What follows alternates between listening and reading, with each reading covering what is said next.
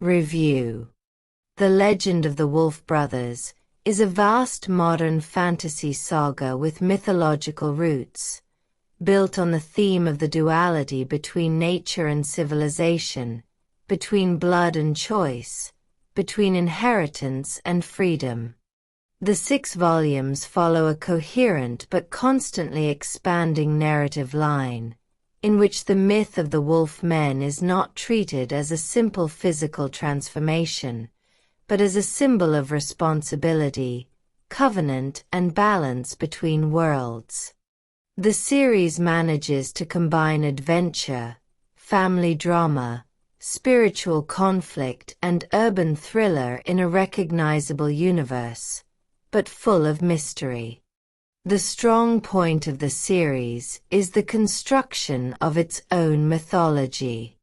The Wolf Brothers are not just a pack or a hidden species, but a sacred line, linked to the forest, spirits, and ancient oaths. Their origin in Yarensk, the connection with the old woman Aliona, and the spirit of the forest provide the foundation for an original cosmology.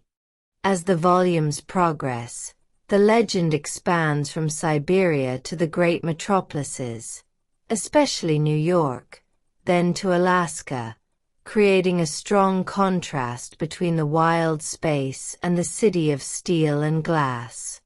This geographical shift is not just decorative, but thematic. The modern world becomes the new hunting ground for truth. The central character, Elias Turner, is well developed over the course of the 6 volumes. His evolution from heir marked by a curse to bridge between worlds and then leader aware of the responsibility of his blood is believable and gradual. He is not an invincible hero, but one burdened by choices. His relationship with Alina adds an emotional and human dimension to the story, not as a simple romantic element, but as a balancing force and catalyst for major decisions. Alina evolves from observer to active participant, connected to the voice of nature and prophecy. The antagonists of the series are constructed more mythically than classically. Goran, in particular, is a successful example of a tragic character, a product of violence, not just evil.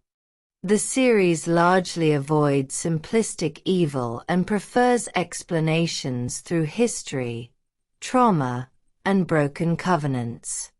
The rival clans, Yarensk and Naguin, are not just enemies, but distorted reflections of the same heritage. Stylistically, the series relies on atmospheric descriptions and natural symbolism. Wind, snow, howling, metal, blood, forest. The repetition of these motifs creates identity and cohesion. The pace is variable. Some volumes are more contemplative and mythological, others more tense and conflict-oriented. This alternation helps the story breathe epically, although at times it can create the feeling of high narrative density. Another valuable element is the merging of the spiritual with the political and technological plane. Turner's business, the steel industry, and then the oil projects are not simple background details. They represent man's power to shape the world, in opposition to the force of nature to defend it. Negotiations with the authorities, agency interventions, and legal conflicts bring realism and anchor the fantastic in the contemporary. The theme of inheritance runs through all 6 volumes. Inheritance of blood, guilt, covenant, and hope. The emergence of the new generation of children, some freed from the curse, others bearing its signs, offers the series an opening for continuity, not just for closing the cycle. The endings are not absolute, but reverberating, leaving the legend alive. Overall, The Legend of the Wolf Brothers is a solid series of modern mythological fantasy, with a clear identity, consistent symbolism, and memorable characters. It stands out for its atmosphere, the idea of a bridge between worlds, and the treatment of the curse as a responsibility, not as a spectacle. It is a saga about choice, belonging, and balance, told through howl, snow, and steel.